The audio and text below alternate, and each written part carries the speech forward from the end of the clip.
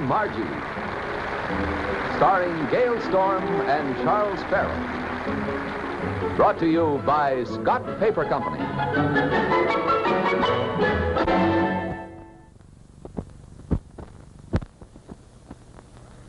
You can wrap more in cut-right wax paper because you get 125 feet in all. Protect your leftovers with extra heavy cut-right. Get the big 125-foot roll of cut-right wax paper.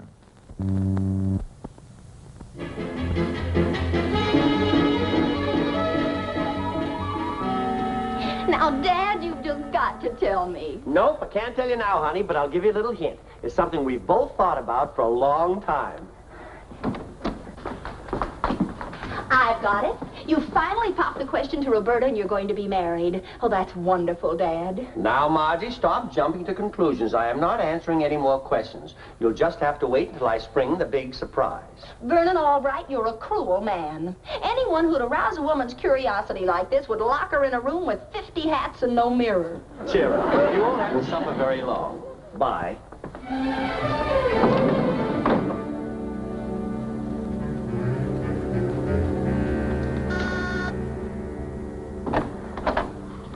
Morning, Margie. What mischief is dancing in those bright little eyes this a.m.? Roberta, just answer me one question. After today, should I call you Roberta or must I call you Mama? Mama? Come on, Roberta, you can tell me. When are you and Dad going to get married? Well, at the rate your father's going now, he should buy the engagement ring with his first Social Security check. And that pinpoints it about 1985. You mean Dad hasn't said anything about getting married? Oh, he's mentioned it in passing, only I haven't been able to intercept any of the passes. What? Well, he said something was going to change our whole way of living, and I thought he meant marrying you. Roberta, I just had a sickening thought. How sickening was it? The most. There's only one reason for Dad acting like this. I've seen the symptoms before. He's involved with some other woman.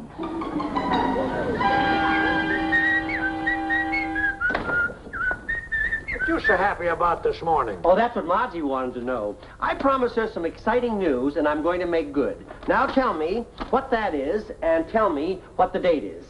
Well, that's your contract with Honeywell and Todd. The date's the 18th. What's so exciting about that?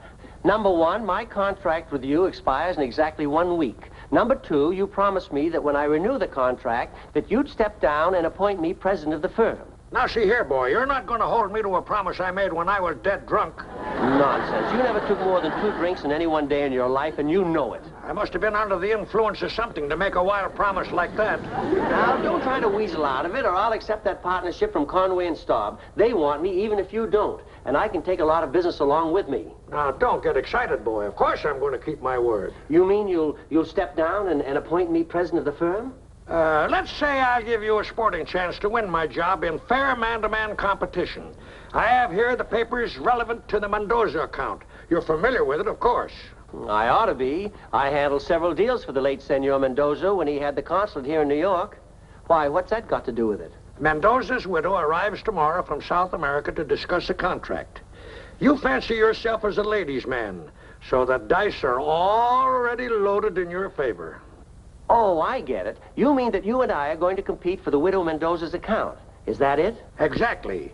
If you sign her, you become president. But if you fail and I sign her, then you agree to another 5-year contract as vice president at the same salary, unless you're afraid to gamble your future on your own ability. Are you kidding? I've never even met Mendoza's widow. But you haven't got a chance if you play fair. Play fair? You say that to the man they call Honest George Honeywell? Just be sure and stay that way, and I'll Mambo home with the Mendoza deal. And that reminds me. Where are you going? To a dance studio and take a refresher course in the Mambo, the Samba, and the Tango. The president of a successful firm leaves nothing to chance. Oh, and that reminds me. Promise me that you won't breathe a word of this to Margie. Don't be silly, boy. The last thing I'd ever mention to Margie is a client. Good, Because if Margie knew the presidency of dear old Honeywell and Todd was riding on this deal, she'd try to help me, and that would be fatal. Well, so long, ex-Prez. Betty? Yes? Get me Margie Albright on the phone.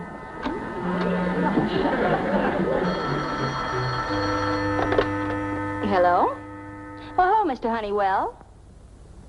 Why, of course, I always have time to talk about Dad. Is anything wrong? I'm afraid there is, Margie. But first, give me your solemn word that you won't mention this conversation to your father.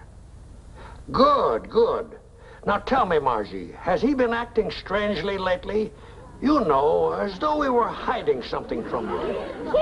Yes, he has. He was very mysterious this morning. What's it all about, Mr. Honeywell? Brace yourself, my dear. I'm afraid your father is involved with a woman. I knew it. I just knew it. Who is she? All I know is she's a South American and adventurous. Just the type to attract a man like your father, especially when he's at that dangerous age. But I know you won't stand idly by and see him squander his future and yours on some glamorous fortune hunter. Don't worry, Mr. Honeywell. No scheming little glamour gal is going to latch onto Dad while I can do anything to prevent it. Good girl, Margie. I knew I could count on you. Remember, your father's future is in your hands. Goodbye. Ah, Honeywell, when you die, this brain must go to science.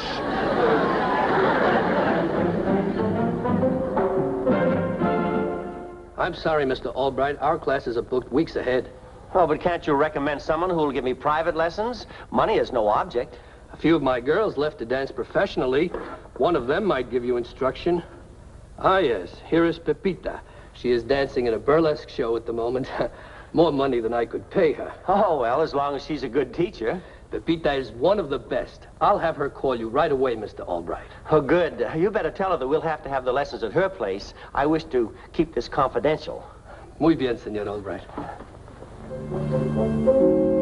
Now, Margie, you're not going to drag me into this. If your father and some Latin glamour puss are making beautiful chili together, that's your problem, not mine. But it is your problem, Roberta. You're fond of Dad, aren't you? Yes, in a distant sort of a way. The distance was his idea, of course.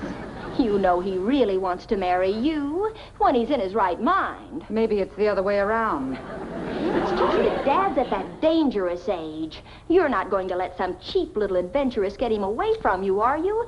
You can be just as glamorous as she can. Glamorous? Little old me? Certainly. You've got what it takes. Yeah, but I've had it so long. Stop underselling yourself. Real beauty is mature beauty. Age gives a richness, a depth, a quality. You make me feel like an old Stradivarius. Well, all I'm trying to tell you is that right here is all the glamour Dad could ever want, if you'll just help him to see it. Well, if Pops is up for grabs, I might just as well give it a go. What do you want me to do that it's not 10 years too late for? I want you to break out your yummiest evening gown. And tonight, when Dad comes home from the office, he'll find soft lights, soft music, and you. That I can guarantee. Well, Margie Albright of the Cotton Arms, New York City, you asked for it.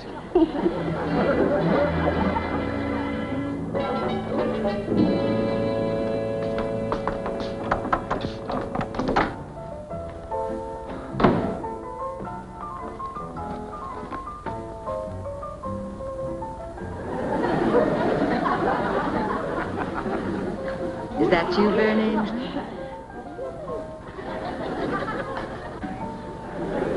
I hope you didn't have a hard day at the office, because this is going to be quite an evening.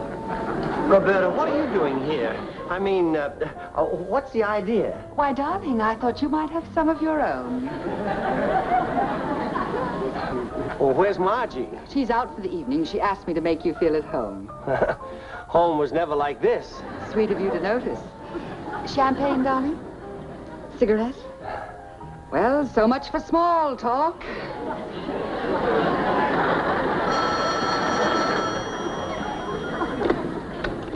Whoever it is, I hate you.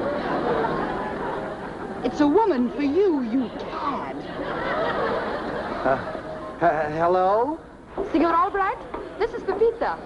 Senor Hernando said you wanted me to give you Mambo lessons privately. Oh, yes, that's right.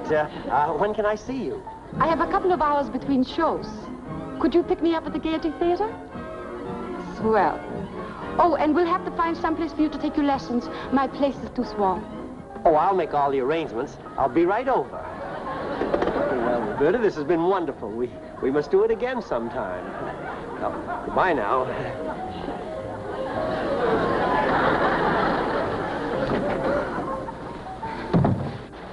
Anybody want to buy an old Stradivarius? Was that the other woman on the phone? It wasn't a time signal. We've got to follow him and find out what he's up to. What he's up to? Are you kidding? Come on.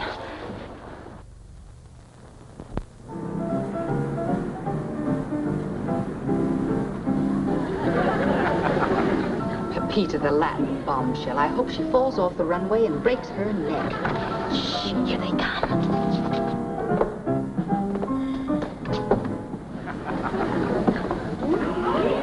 I couldn't see her face, could you?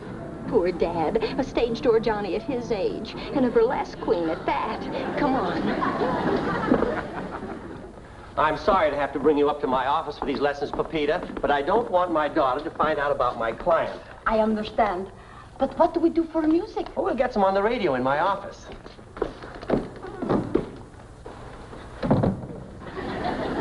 Get it. Bring her here to his office. She probably wants to look at his checkbook before she makes the kill. Poor Dad. Hey, maybe we can see what's going on from the fire escape. Come on. Hurry! No, I can't seem to find the Mambo. Let's start with the tango and work up to it.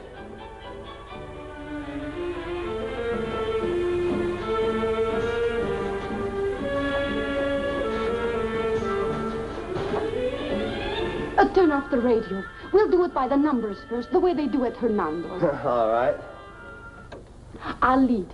Follow me. 1 and 2 and 3 and 4 and...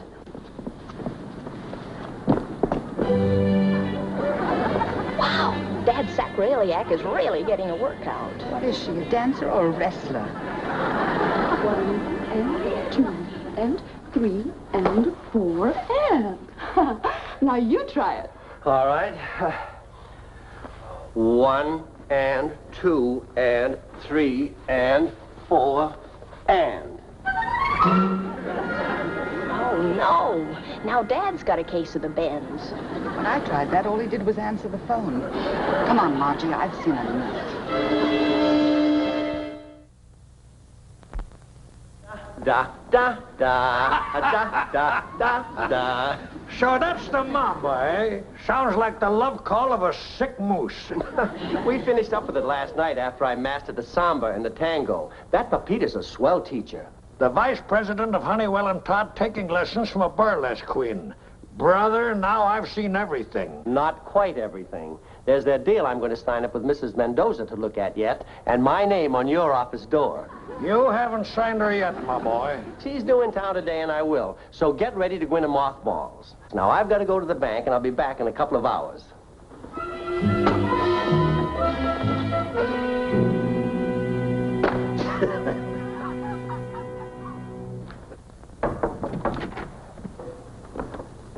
Oh, excuse me. I was looking for Mr. Albright. I have a message from Mrs. Mendoza. Mrs. Mendoza? From South America? Yes, she just arrived and is staying at the Park Plaza. She's waiting for Mr. Albright to call. Thanks, Betty. I'll take care of it.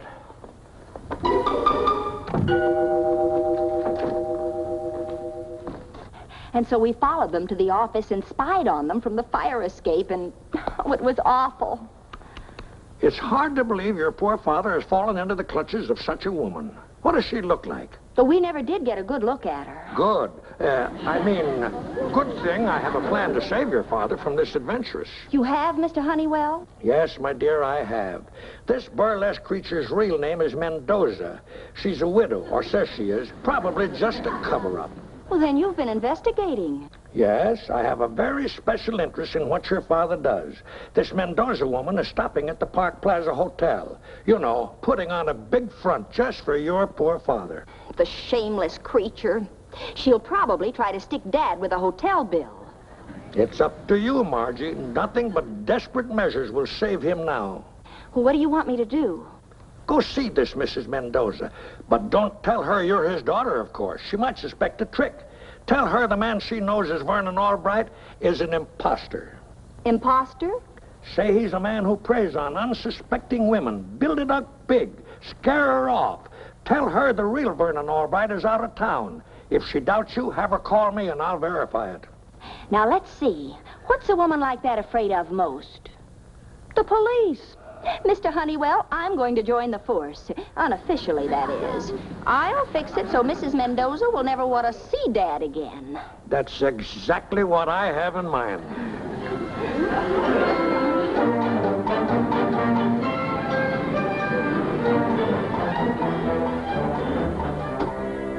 Mrs. Mendoza, I'm Sergeant Dooley of the Bunco Squad.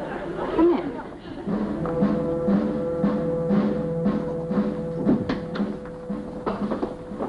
I'd like to ask you a few questions. Sit down, please. Do you know a man who calls himself Vernon Albright? See, Mr. Albright is with the firm of Honeywell and Todd, the, how you say, vice president. That's what he tells all the girls. Well, looks like Fancy Dan's got another victim, eh, Bubbles? Yeah, wouldn't it steam you? Looks like there ain't a stripper in the biz that's safe from that phony. You mean, Senor Albright, he is not Senor Albright? The real Vernon Albright is out of town. I checked, and I traced this imposter down to you, ma'am. That's the truth, ma'am. He's trying to fleece you, ma'am, just like he did Bubbles, the blonde blockbuster in Frisco. This man, he stole money from you? Stole my money like he stole my kisses? Whammo! Tell her your sad story, Bubbles. Oh, very well, Sergeant. Maybe I can save this poor sister from taking a beating like I did. Well, it all started the night the fleet came into San Fran. The house was packed with sailors. And as I stepped out on the runway, there at my feet was this Fancy Dan. Charming, debonair, fascinating slob. And he's wearing a diamond ring big as a Pismo clam. Well, anyway, after I finish, I go to my dressing room, and lo and behold, there's this Fancy Dan. Only this time he's passing himself off as president of the National Bank. Naturally, it was boing at first sight. Then before you could say Minsky, he left me with a broken heart and a piggy bank to match. Took every dime I had, saying he was going to invest it for me. He did. And a ticket to New York. This man is a devil. But are you sure he is the one who calls himself Vernon Albright? The Bunco Squad doesn't make mistakes, ma'am. You can call Mr. Honeywell and verify it. Go on, ma'am. Call him. Operator, get me Honeywell and Todd, the investment brokers. That's right, Mrs. Mendoza. Our Mr. Albright is out of town on business. Absolutely. I put him on the plane myself. Goodbye. Mrs. Mendoza, I assume you're willing to cooperate with the police? Seguro que sí. And then I am taking the next plane back to my own country. Good. Now, when Fancy Dan gets here, don't say a word to him and don't let him say anything. Just throw him out. Or better still, don't even let him in. I understand. We have the hall staked out. We'll make the pinch. Well, I guess that's all, ma'am. Mil gracias, ladies. And especialmente to you, Senorita Bubbles. My gratitude for coming here to warn me. Ah, it was nothing, sister. We peelers gotta stick together, don't we?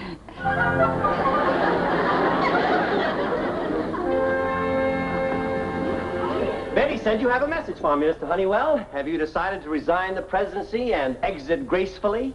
I guess I might as well at that. The message was from Mrs. Mendoza. She's at the Park Plaza Hotel waiting for you. Oh, really? Are you sure that you don't want to make your pitch first? No, I'm a man of my word, all right. You go ahead. And I wish you all kinds of luck. And I do mean all kinds. Well, I'll see you in an hour with that Mendoza contract. You don't have to move out of this office right away. You can take the weekend. Da-da-da-da, da-da-da-da, da-da-da-da.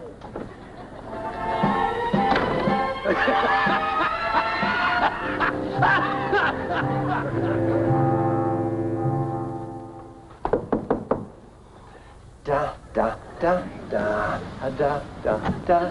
Ah, Senora Mendoza. Vern and Albright, at your service.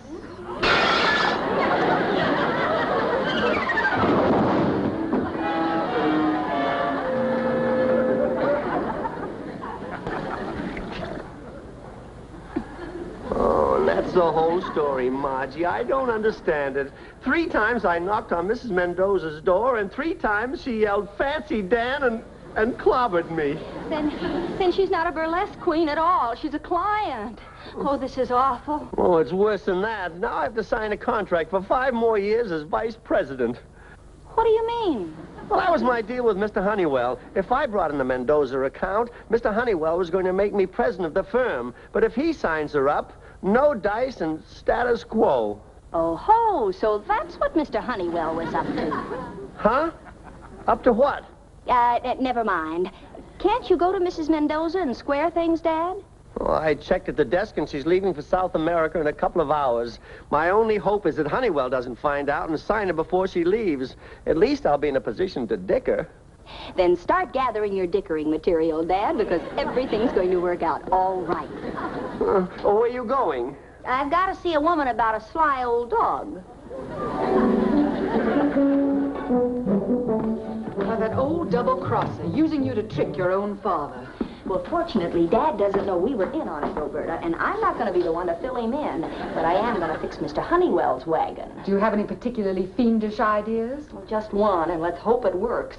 I've got to keep Mr. Honeywell from contacting Mrs. Mendoza before she leaves, so you go in and keep Dad company while I go get another costume.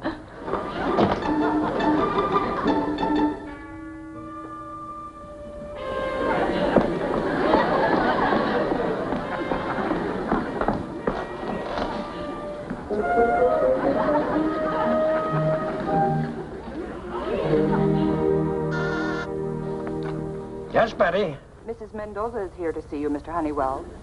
Ask the charming lady to come in, please.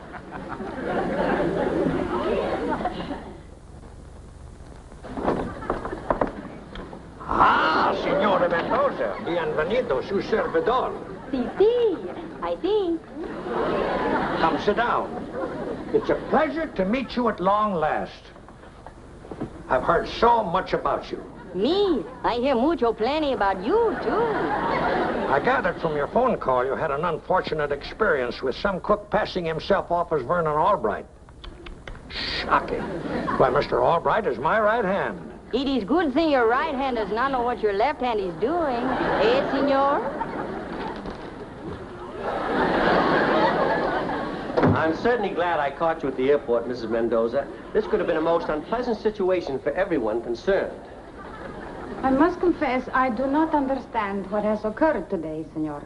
Well, this is a little personal matter between Mr. Honeywell and myself. That's why I wanted you to come here and confront him. He'll have to admit that I'm the real Vern Albright. Then you can sign this contract with me. Why don't you sign it now and read it at your leisure, Senora? I'm anxious to see your little signature on that bottom line. My signature you are welcome to, amigo. You want me to make the X in Spanish or in English? Huh? Oh, you're a jolly one, Senora.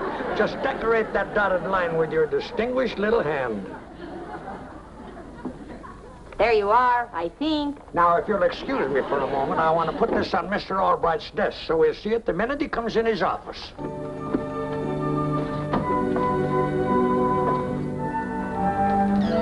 Ah, there you are, Albright.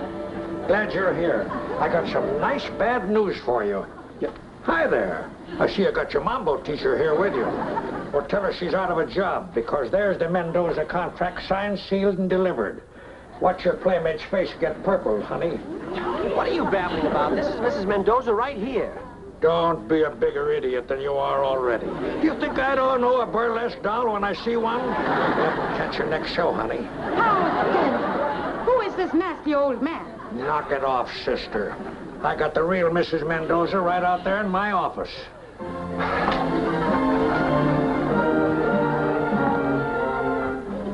Who are you? Come on, speak up.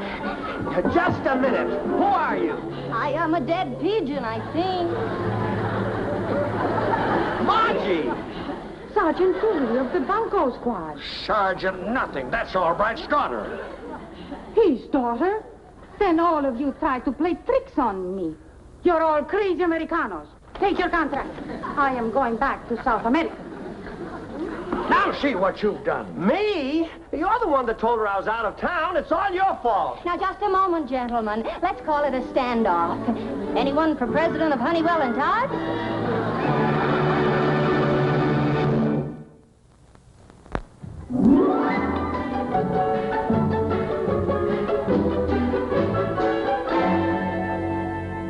Well, Papa Mio, you may not be president of H&T yet, but you did come out with a profit.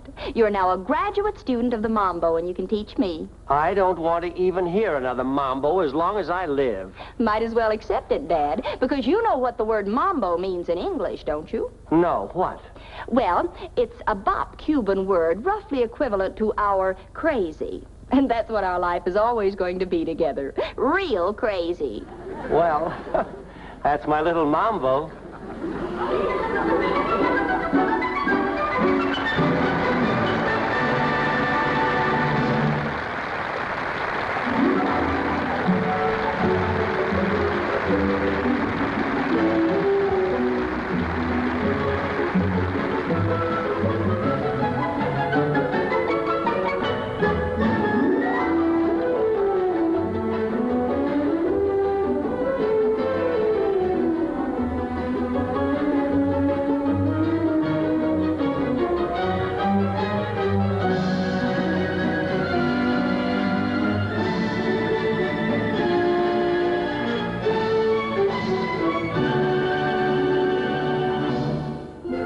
Next week, same time, same station, Scott Paper Company again will present My Little Margie, starring Gale Storm and Charles Farrell.